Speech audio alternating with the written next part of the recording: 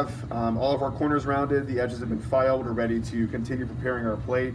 So the next thing we need to do is we need to sand the edges to continue to clean those up and smooth them out. And then we're also going to sand the surface of our plate, which will help to remove some of these superficial kind of scratches and blemishes from the plate. Also, it's going to help to grain the plate, which will make it more receptive to our hard ground. So we're going to use this 600 grit wet dry sandpaper, which will be in this little container just to the right of the sink. So you can grab one of those pieces of sandpaper. So you want to have your sandpaper wet, so just kind of run it under the water for a couple seconds, dampen it, and then we'll do the same with our plate. Just let it kind of sheet off of the plate. All right, so once the plate is damp, sandpaper is damp as well.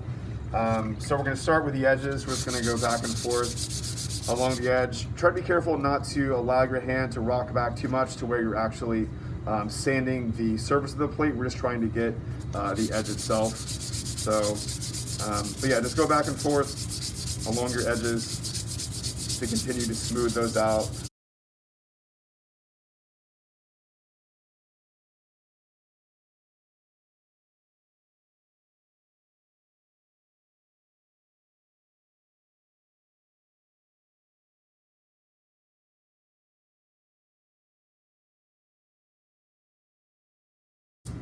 All right, so once you've sanded down the edges, we can start actually sanding the top of the surface of the plate itself. Again, just make sure that your sandpaper is damp, your plate is wet as well. All right, so for this, we want to make really small, tight circles, kind of going in an S pattern. So we're gonna work left to right, right to left, and continue to work our way off the plate. So small, tight circles. So with this, we are more than anything trying to polish the plate. So we don't want to rough it up too much, because potentially if you're applying too much pressure or if you're creating too much friction, you could actually end up creating marks in your plate that will hold ink.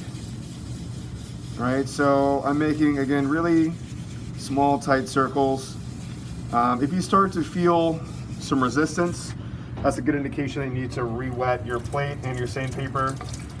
It should be able to kind of move through the plate pretty easily. So I'm applying really light, just fingertip pressure, small, tight circles, kind of working in a serpentine fashion, left to right, right to left.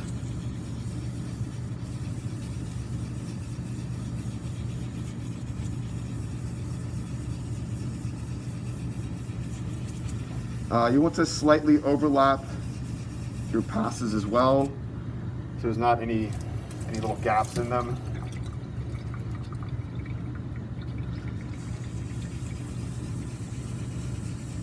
So as I said, this should be pretty easy to traverse your sandpaper across your plate. If you're finding it difficult to do, just re-wet your plate and your sandpaper, which will reduce friction and make it easier to move your sandpaper.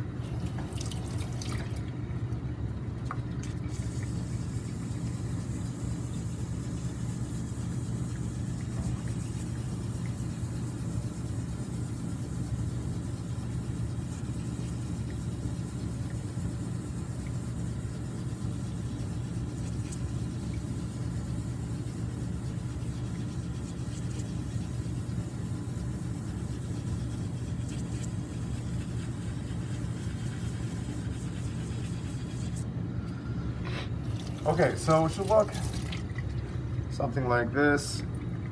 So now that we have sanded our plate, sanded the edges, we've sanded the surface, we are ready to clean our plate in preparation for applying a ground. So make sure that you're wearing gloves for this. You should be wearing gloves throughout, but definitely for this portion, because you are trying to avoid any direct physical contact between yourself and the plate. So we're trying to clean and degrease the plate. So if you aren't wearing gloves, you're going to reintroduce the oils from your hands onto the plate, which will then leave fingerprints, and that can interfere with the ground application. So make sure you're wearing gloves. So to clean the plate, we're going to use this, which is called whiting. It's calcium carbonate, so it's in this little shake container, the blue label. So we're just going to apply this directly to our plate, which is still a little bit damp, and that's fine. We want to have a little bit of moisture on there because it makes it easier to turn this into a paste. So you apply this fairly liberally, just right across the entire plate surface. Okay, so now I'm going to take a paper towel, which I'm just going to slightly dampen. And so I'm going to start scrubbing this in using kind of bigger circular motion. And with this, I actually want to apply a good bit of pressure because I'm really trying to clean this plate. So I'm going to do it a bit more vigorously with a bit more pressure so that I can get this nice and clean. So you should be forming kind of a paste, so it's going to start to get kind of hazy, have sort of pasty consistency, which is what we want. And as you can see, there's a good bit of dirt and kind of residue coming off the plate, which is good. Good indication that we're actually removing some of those oils and dirt from the plate. Turn this inside out.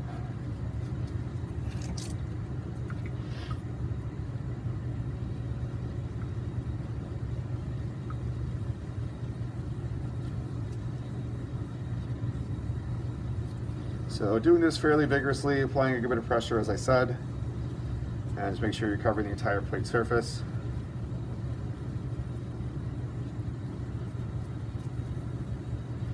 All right, so now we're going to rinse this off really thoroughly on both the front and back.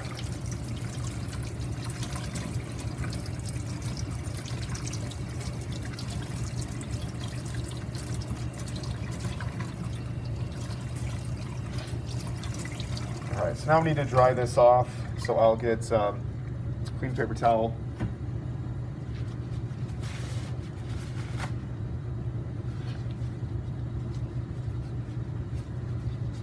So I'm just kind of blot it at first to get some of the heavier moisture off.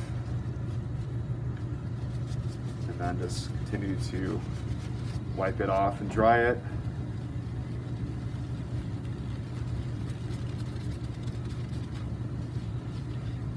And make sure you're drying it on both sides. So we'll flip it over and dry the reverse side as well.